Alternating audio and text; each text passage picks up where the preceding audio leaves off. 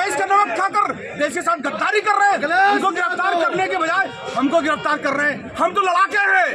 राणा सांगा को 80 घाव थे, हमारे भी 80 घाव लगेंगे। लड़ेंगे, मरेंगे, मारेंगे। रामलाल सुमन अगर माफ़ी नहीं मांगते हैं तो हम लोग उनको जिस भाषा में वो माफ़ी मांगने का समझेंगे, उन्होंने बताया हम इस जन्म में नहीं तो उनको जन्म दूसरा जल्दी ही लेवाने का व्यवस्था हम लोग कर देंगे। उनको माफ़ी मांगना पड़ेगा। राष्ट्र के किसी भी महापुरुष के लिए वो इस तरीके से अभद्र टिप्पणी कोई भी समाज का कोई भी व्यक्ति नहीं कर सकता है।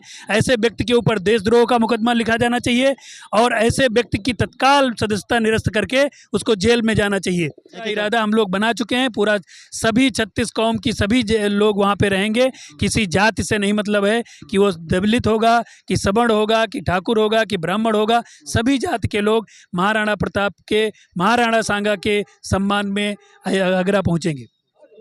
दोस्तों नमस्कार, मैं हूं अमरेश प्रजापति। अभी मेरी मौजूदगी लखनऊ जनपद के 1090 चौराहे पर, और जैसा कि आप देख पा रहे हैं पूरे देश में जो महाराणा प्रताप के वंशज हैं वो महाराणा प्रताप के सम्मान में या क्षत्रिय समाज के सम्मान में निकल चुके हैं। और यूँ कहा जाए कि समाजवादी पार्टी के सांसद जिन्होंने राणा सांगा पर जो बयान दिया उसको लेकर के पूरे देश में हाहाकार मचा हुआ है। तो हमारे साथ कुछ क्षत्रिय समाज के लोग हैं, इनसे बात करेंगे। क्या कहना चाहेंगे भैया जो मामला चल रहा है? महाराणा सांगा का अपमान भारत का कोई भी नागरिक जो भी राष्ट्रभक्त होगा वो सम्मान के ठेस पहुंचाने वाले के विरुद्ध कार्य करेगा। और जो आज हम लोग यहाँ पर आए हैं, एक धरना प्रदर्शन हम लोगों ने किया है। जीपीओ तक जाने वाले थे लेकिन पुलिस बल ने हम लोगों को रोक लिया। रामलाल सुमन अगर माफ़ी नहीं मांगते हैं तो हम लोग उनको जिस भाषा में वो माफ़ी मांगने का समझेंगे, उन्होंने बताया हम इस जन्म में नहीं तो उनको जन्म दूसरा जल्दी ही लेवाने का व्यवस्था हम लोग कर देंगे। उनको माफ़ी मांगना पड़ेगा। राष्ट्र के किसी भी महापुरुष के लिए वो इस तरीके से अभद्र टिप्पणी कोई भी समाज का कोई भी व्यक्ति नहीं कर सकता है। ऐसे व्यक्ति के ऊपर देशद्रोह का मुकदमा लिखा जाना चाहिए और ऐसे व्यक्ति की तत्काल सदस्यता निरस्त करके उसको जेल में जाना चाहिए। यही हम लोगों की मांग है। तत्काल उसकी सदस्यता खत्म होनी चाहिए, उसको जेल में जाना चाहिए। अच्छा, अभी आप लोग 1090 चौराहा पर एकत्रित हुए, हजारों की संख्या में यहाँ पर जो है क्षत्रिय समाज के लोग एकत्रित हुए। क्या आपका आगे क्या क्या प्लान रहेगा? और अभी हम लोग 12 तारीख को आगरा में एक रैली करने जा रहे हैं। अगर 12 तारीख तक वो नहीं माफ़ी मांग लेता है तो हम लोग 22 जून को एक बड़ा आंदोलन करेंगे और उसको हाउस अरेस्ट करेंगे। घर से बाहर उसको नहीं निकलने देंगे, उसको संसद भवन में तक नहीं जाने देंगे, उसको हर मार्ग हम लोग बंद करेंगे। और सरकार से अपील करते हैं कि उसकी तत्काल सदस्यता निरस्त की जाए और उसको जेल में डाला जाए। द्रौपदी मुर्मू जी से हम निवेदन करेंगे, महामहिम राष्ट्रपति जी से, कि उसकी सदस्यता तत्काल प्रभाव से निरस्त की जाए। ऐसे देशद्रोही को किसी भी तरीके से इस पृथ्वी पर रहने का कोई अधिकार नहीं है जो हमारे महापुरुषों के खिलाफ षड्यंत्र करे और जातिवादी मानसिकता से ग्रसित होकर समाज को बांटने का काम करे। क्योंकि राजपूत समाज सभी समाज को साथ में लेकर के काम करता है। ये उसकी अनादिकाल से आज तक की स्थिति रही है। महाराणा प्रताप, महाराणा सांगा ये सभी जाति को, सभी जाति वर्ग धर्म को साथ में लेकर के और समाज के लिए मुगल से लड़े हैं इस देश की रक्षा के लिए। तो हम लोग महाराणा सांगा, महाराणा प्रताप या किसी भी महापुरुष के खिलाफ हम लोग कोई भी टिप्पणी बर्दाश्त नहीं करेंगे। जिस तरह से उत्तर प्रदेश के मुख्यमंत्री योगी आदित्यनाथ जी अभी इस मामले पर लेकर के बहुत खुल करके सामने नहीं आ रहे हैं, क्या कहना चाहेंगे आपको? कि इसमें सभी राजनीतिक दल जो हैं वो किसी न किसी तरीके से अपना उल्लू सीधा करने के कि हम पोलराइज कर लें, जो वहाँ से नाराज होंगे इधर आ जाएं, जो इधर नाराज हैं उधर आ जाएं। जबकि हम लोगों को पूर्ण विश्वास है कि योगी जी को तत्काल प्रभाव से इसके अगेंस्ट काम करना चाहिए। जबकि वो ऐसा नहीं कर रहे हैं, किसी राजनीतिक दबाव में हैं या कोई बात जरूर है जिसकी वजह से वो इस तरीके का कार्य नहीं कर पा रहे हैं।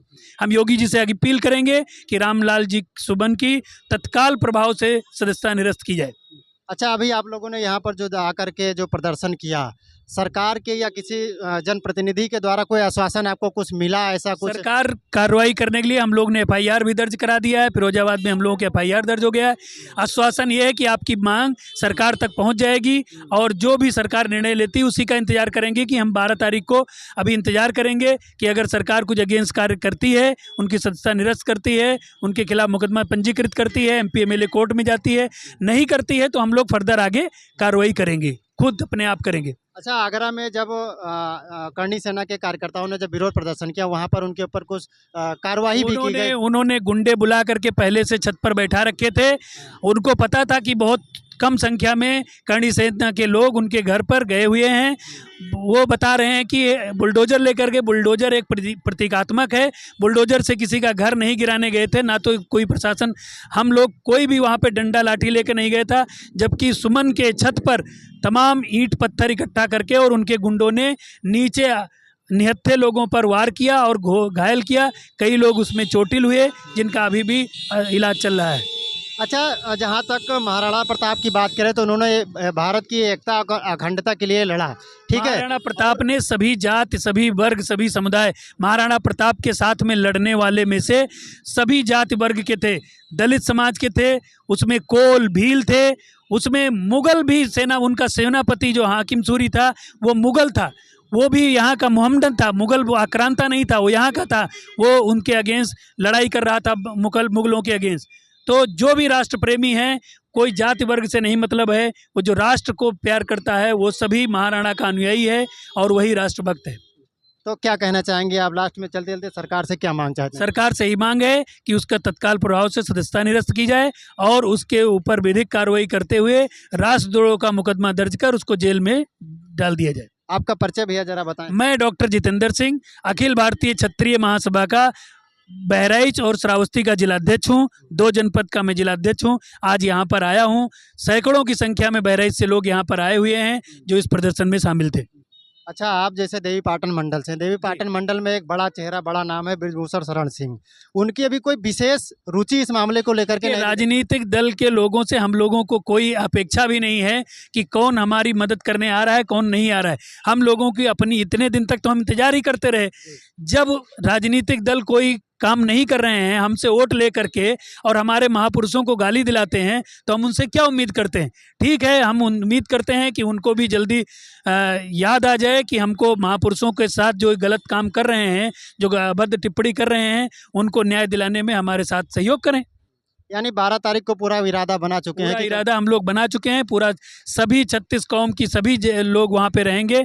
किसी जाति से नहीं मतलब है कि वो दलित होगा, कि सवर्ण होगा, कि ठाकुर होगा, कि ब्राह्मण होगा। सभी जाति के लोग महाराणा प्रताप के, महाराणा सांगा के सम्मान में आगरा पहुँचेंगे। चलिए, बहुत बहुत धन्यवाद। जिन्होंने देश का नमक खाकर देश के साथ गद्दारी कर रहे हैं, उनको गिरफ्तार करने के बजाय हमको गिरफ्तार कर रहे हैं। हम तो लड़ाके हैं।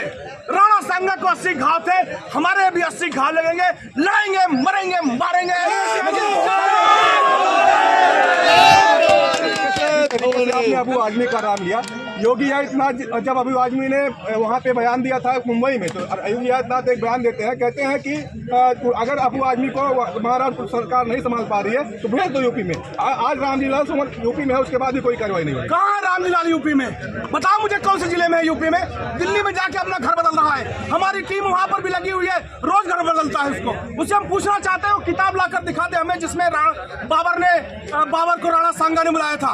उत्तर प्रदेश में है कहाँ वो छुप रहा है, दिल्ली की गलियों में छुप रहा है, दूसरे प्रदेश में संसद की दीवारों के पीछे छुप रहा है। उत्तर प्रदेश में आ जाए, महासंग्राम यात्रा में इसलिए बुलाया गया था, आ जाए। उत्तर प्रदेश के 75 जिलों में कहीं भी दिखेगा, उसको हम लोग घेर लेंगे। राणा सांगा का वो कह रहा है कि हम माफी नहीं मांगेंगे।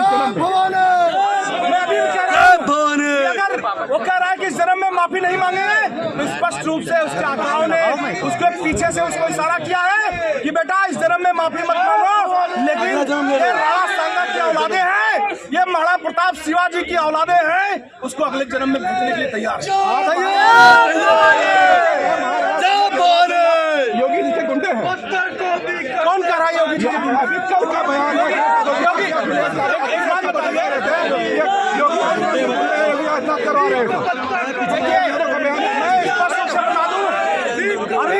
अभी भारतीय जनता पार्टी के एक नेता रूपाला जी ने अभद्र टिप्पणी की थी गुजरात में।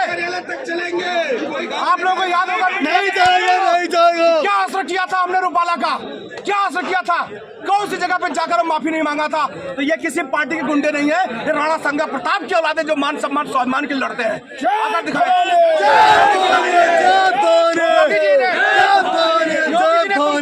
जाके गद्दार कहो? योगी जी ने हमको आदमी को बोला था क्या जाके तुम बयान दो, और जब नहीं था कूदा तो क्यों मैदान में कूदा? तो अभी आपने देखा कि जिस तरह से पूरे लखनऊ में करणी सेना के द्वारा यहाँ पर भारी संख्या में लोगों ने गिरफ्तारी दी है और बहुत ज़बरदस्ती माहौल बना हुआ है। और उत्तर प्रदेश में भी हालांकि योगी सरकार अगर इस मामले में दखलंदाजी नहीं देती है तो कहीं ना कहीं 27 के चुनाव में उन्हें भुगतना पड़ सकता है।